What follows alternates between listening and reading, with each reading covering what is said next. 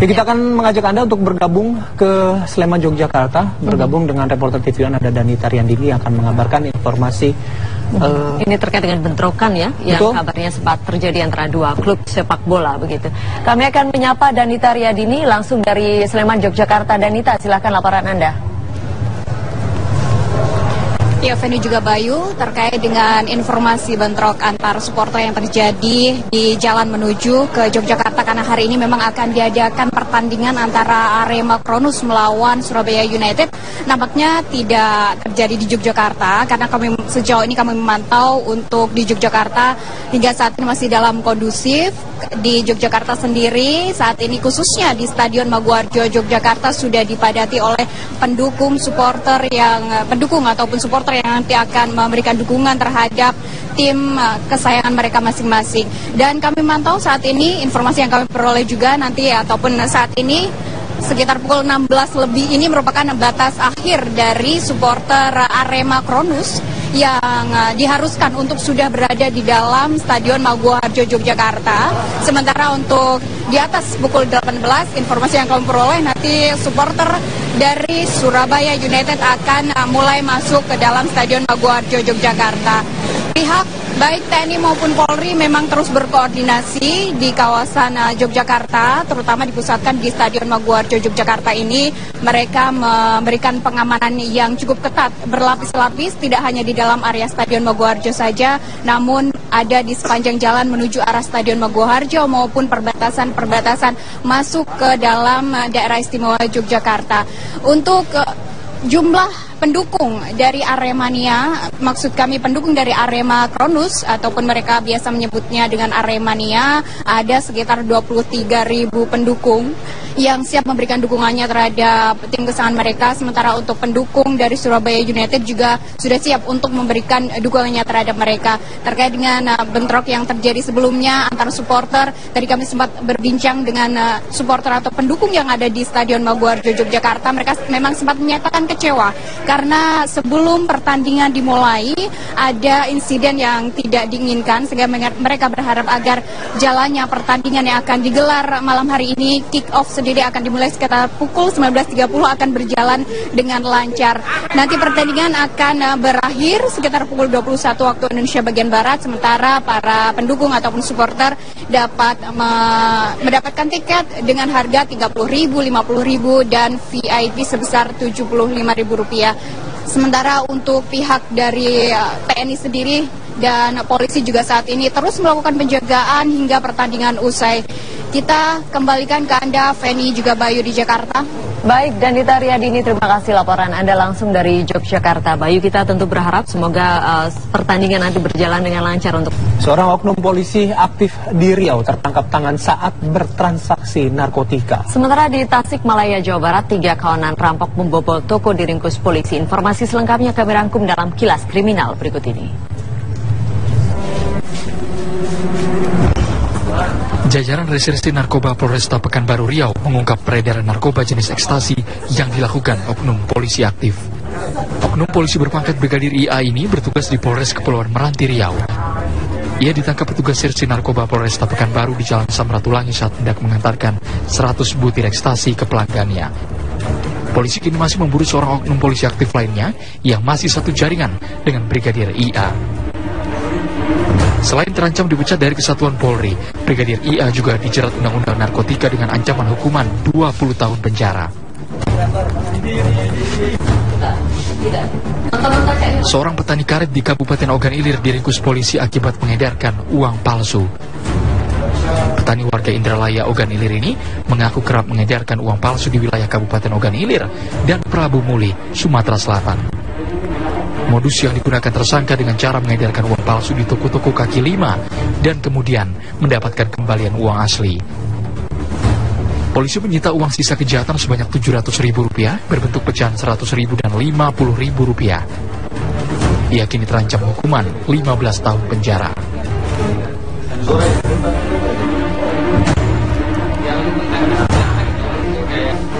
Seorang anggota komplotan sindikat pemalsu BPKB mobil HS dibekuk aparat kepolisian Polresta Bandar Lampung. Pelaku membuat BPKB palsu dengan cara merental mobil, lalu membuat palsuan BPKB dari data surat-surat kendaraan asli. Setiap BPKB mobil palsu biasa dijual seharga 8 juta rupiah kepada pelaku sindikat lainnya yang kemudian digunakan untuk meminjam uang ke pihak bank. Dari tangan pelaku, polisi mengamankan barang bukti 2 buah BPKB palsu. Sementara 4 anggota komplotan pemalsu BPKB lainnya masih dikejar polisi.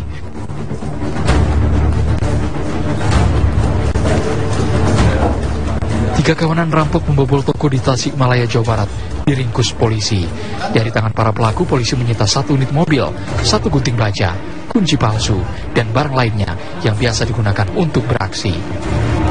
Kawanan ini dikenal sadis karena tidak segan-segan menganiaya korban. Dengan berpura-pura bertamu dan menyatakan tempat kontrakan, komplotan ini biasa beraksi di wilayah Purwakarta, Subang, Karawang, hingga Tasikmalaya, Jawa Barat. Polisi kini tengah mengejar tersangka lain yang berperan sebagai penadah barang-barang hasil kejahatan.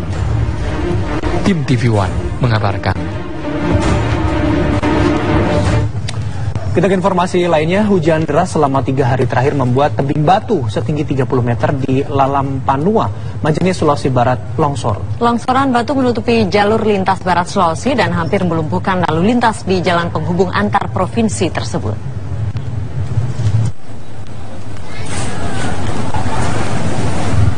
Longsornya puluhan kubik material batu kapur ini di Lalam Panua, Pambuang, Majene ini menutup satu-satunya jalur penghubung antar 3 provinsi. Jalur dari dan menuju Sulawesi Selatan, Barat, dan Sulawesi Tengah terhalang longsoran ini. Tebing batu setinggi 30 meter ini longsor setelah diterpa hujan deras selama 3 hari terakhir. Sempat terjadi kemacetan panjang selama berjam-jam sebelum akhirnya Dinas Pekerjaan Umum setempat membersihkan longsoran batu dengan alat berat. Pihak kepolisian mengimbau pengguna jalan tetap berhati-hati jika melewati jalur ini, mengingat masih ada patahan batu yang berpotensi kembali longsor. Sementara ini tidak ada korban jiwa, jadi syukur alhamdulillah tidak ada korban jiwa. Namun saya lihat di atas itu masih ada patahan-patahan yang akan jatuh. Ya, rawan jadi akan rawan sekali. Jadi nanti akan kami berikan tanda hati-hati di tempat ini. Supaya pengguna jalan berhati-hati apabila melewati tempat ini. Petugas kini terus menyiagakan alat berat di lokasi dan memasang tanda rawan longsor di sejumlah titik. Pengerjaan dikebut mengingat puncak arus lalu lintas akan meningkat di libur Natal dan Tahun Baru pekan depan. Dari Majene, Sulawesi Barat, Rasman Abdul Rahman, TV One mengabarkan. Jajaran polisi Resort Sragen, Jawa Tengah memeriksa puluhan pendukung 2 klub sepak bola terkait bentrokan yang terjadi pagi tadi di Jalan Raya Sragen, Ngawi. Sekitar 400 supporter ini diamankan di lapangan Mapolres untuk menjalani pemeriksaan. Para supporter didata oleh petugas, kemudian diidentifikasi dengan mengklasifikasikan siapa yang terlibat dan yang tidak dalam penganiayaan yang menyebabkan hilangnya nyawa seseorang. Menurut Kapolres Sragen AKBP Ari Wibowo, petugas saat ini telah melakukan pendalaman kasus penganiayaan dan pengerusakan yang terjadi. Sejumlah barang bukti telah diamankan dan sejumlah saksi masih dalam proses untuk dimintai keterangan. Ada yang berbeda di istana 2 hari berturut-turut kemarin. Ya, jika biasanya Presiden menerima tamu-tamu negara yang membahas topik serius, Presiden Joko Widodo menerima tamu para komedian hingga membuat Presiden terpingkal-pingkal.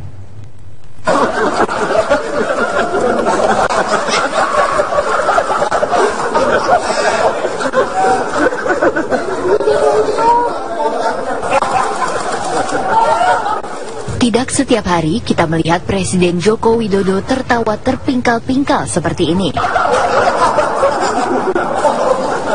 Inilah yang terjadi di Istana Negara beberapa hari terakhir. Rabu 16 Desember lalu, Presiden mengundang makan malam sejumlah komedian. Acara makan malam itu berlangsung santai.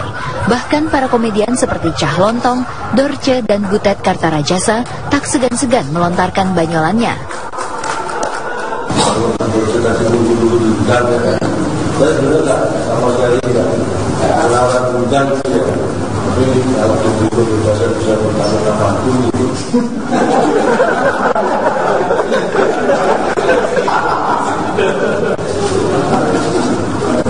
Membuat rasa aman antara para komedian, pasti masih dilakukan kerjaan.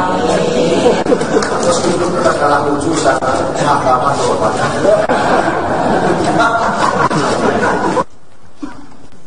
Kamis kemarin, giliran para pemain stand-up komedi yang mendapat kehormatan makan siang bersama Presiden Joko Widodo di Istana Negara. Dialog santai bergulir dalam acara makan siang itu. Bahkan Presiden menginisiasi digelarnya Piala Presiden untuk para pemain stand-up komedi. Ada satu hal yang mengembirakan buat kita, bahwa Presiden bersedia nanti membuat Piala Presiden. Stand-up Piala Presiden. Piala Presiden 2016. Belum, nanti kita rencanakan dulu. Nanti kita rencanakan dulu, nanti kita ajukan pada. Hadiahnya buat saya kos ya. Kita juga harus menunjukkan profesionalisme kita. Di sela-sela rutinitas yang bisa jadi membuat penat, lawak memang menjadi hiburan tersendiri, tak terkecuali bagi seorang presiden. Dari Jakarta, tim TV One mengabarkan.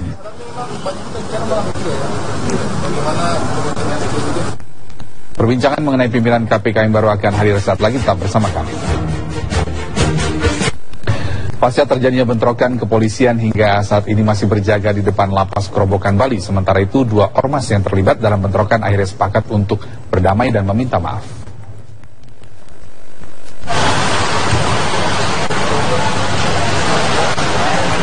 Pasca bentrokan antar 2 organisasi masyarakat di Lapas Kerobokan, Bali, kondisi keamanan masih memanas. Untuk mengantisipasi kondisi keamanan, polisi masih melakukan penjagaan di Lapas Kerobokan. Sebelumnya polisi juga melakukan penyisiran di berbagai titik pos ormas untuk mengantisipasi bentrok susulan. Dalam bentrokan kemarin, 4 orang tewas dan sejumlah lainnya terluka. Bentrokan terjadi antara napi Blok C dan Blok D yang ditenggarai merupakan anggota 2 ormas di Bali. Bentrokan juga terjadi di luar lapas dan meluas hingga ke Jalan Teguh Umar, Denpasar. Polisi masih menyelidiki provokator dalam bentrokan yang mengganggu aktivitas warga tersebut. Sementara itu, tokoh 2 ormas pelaku bentrokan akhirnya sepakat untuk berdamai. Kesepakatan damai itu dilakukan di hadapan Muspida Bali. Selain berdamai, mereka juga berjanji akan menyerahkan para pelaku bentrokan serta menyerahkan senjata tajam milik mereka.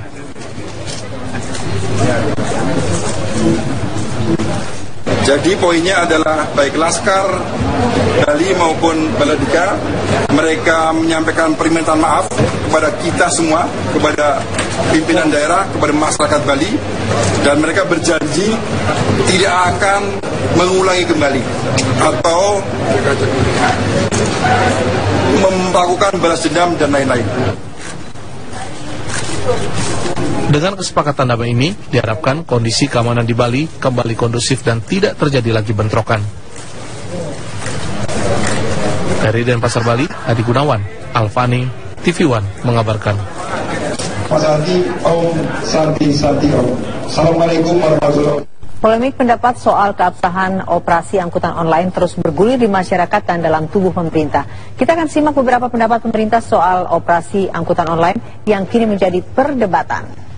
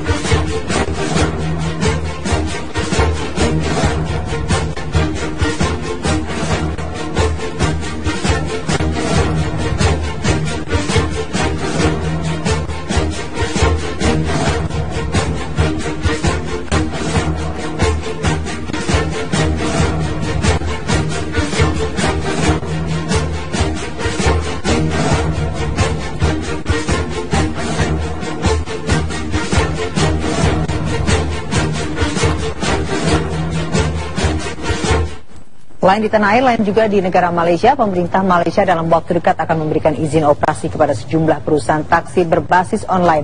Salah satu alasannya adalah jasa taksi ini diminati oleh 76% warga Malaysia. Izin operasi akan diberikan setelah perusahaan taksi berbasis online tersebut memenuhi sejumlah persyaratan yang diajukan pemerintah Malaysia.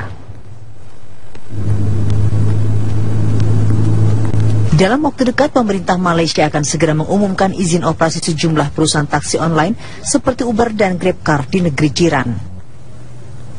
Keputusan ini diambil setelah pemerintah melakukan pembicaraan serta menggelar survei terhadap 45.000 warga Malaysia.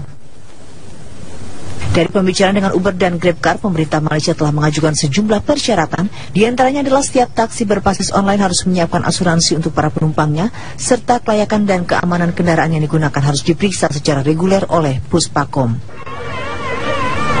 Seperti di Indonesia, jasa taksi berbasis online ini sempat ditentang supir taksi reguler. Kehadiran jasa mereka dinilai dapat mengganggu periuk nasib taksi reguler. Namun pemerintah Malaysia rupanya tidak mengindahkan. Mereka sebaliknya berpendapat pelayanan taksi online dapat diterima dengan baik konsumen, terutama kalangan anak muda Malaysia. Apalagi 86% responden survei berpendapat taksi reguler kerap menetapkan tarif di atas harga normal, atau dengan kata lain pelayanan taksi reguler dinilai sangat buruk. Dari Kuala Lumpur, Dodi Kusmayadi, Dimas Purnomo, TV One mengabarkan. Kereta disita, pemandu hubur ditangkap dan kereta disita. Kita balik ke kabar lainnya. Pasca pengunduran diri Setia Novanto dari pelaksana tugas Ketua DPR, Fadlizon menyatakan bahwa pimpinan DPR sudah menerima surat dari fraksi Golkar. Fraksi Golkar telah menunjuk Ade Komarudin untuk menggantikan Setia Novanto sebagai Ketua DPR. Dan kepada saudara Ade Komarudin sehingga kepemimpinannya nanti betul-betul tercermin. Dari beberapa nama yang sempat disebut oleh Sekjen Partai Golkar Idrus Marham, fraksi Golkar akhirnya menunjuk ketuanya di DPR, Ade Komarudin, untuk menggantikan Setia Novanto yang telah mengundurkan diri. Ada satu surat lagi yang ditandatangani. Kita melakukan sesuai mekanisme yang berlaku dari Rapim, dan menurut undang-undang kemudian Rapim menentukan pelaksana tugas. Oleh kawan-kawan saya diminta untuk menjadi pelaksana tugas Ketua DPR. Kemudian kita menyurati kepada pimpinan fraksi dari Pak Setia Novanto, yaitu dari fraksi Golkar, dan kami juga sudah mendapatkan suratnya. Tinggal nanti kita mungkin karena ini masa sidang yang sangat pendek ya, hari ini akan ditutup. Pelantikannya sendiri mungkin akan pada awal masa sidang yang akan datang. Pelantikan untuk ketua baru. Ada suratnya, udah ada suratnya belum dari fraksi dari DPP Golkar nama-nama itu? Sudah ada. DPP belum. Dari fraksi, maaf. Dari fraksi ada nama-namanya belum? Dari fraksi nama yang disampaikan adalah Bapak Ade Komarudin. Polisi terus mengusut kasus postingan foto presiden dan artis Nikita Mirzani. Polisi menemukan adanya pelanggaran pornografi serta Undang-Undang Informasi dan Transaksi Elektronik.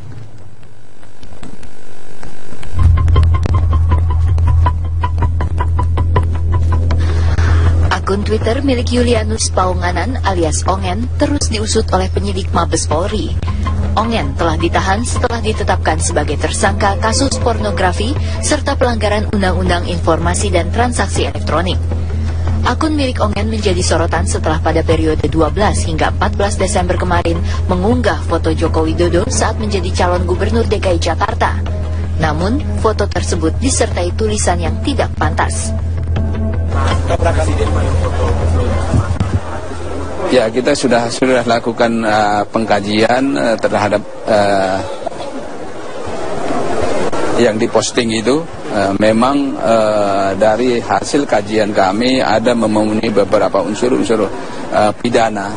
Di antara yang pertama adalah pornografi, kemudian yang kedua adalah melanggar Undang-Undang ITE pasal 45. Sehingga kita berkesimpulan bahwa ini sudah memenuhi unsur melakukan tindak pidana. Oleh karena itu kita lakukan tindakan, kemudian kita proses lebih lanjut untuk bisa kita bawa ke pengadilan. Karena dari situ tidak ada unsur kritiknya, juga tidak ada unsur konstruksinya, tidak ada, adanya penghinaan dan juga pornografi dan Undang-Undang ITE yang dilanggar. Sementara itu, rumah Julianus Paunganan di kawasan Pejaten, Jakarta Selatan, lengang. Tak terlihat aktivitas di depan rumah Ongen yang ditangkap pada hari Kamis lalu. Dari Jakarta, tim TV One mengabarkan.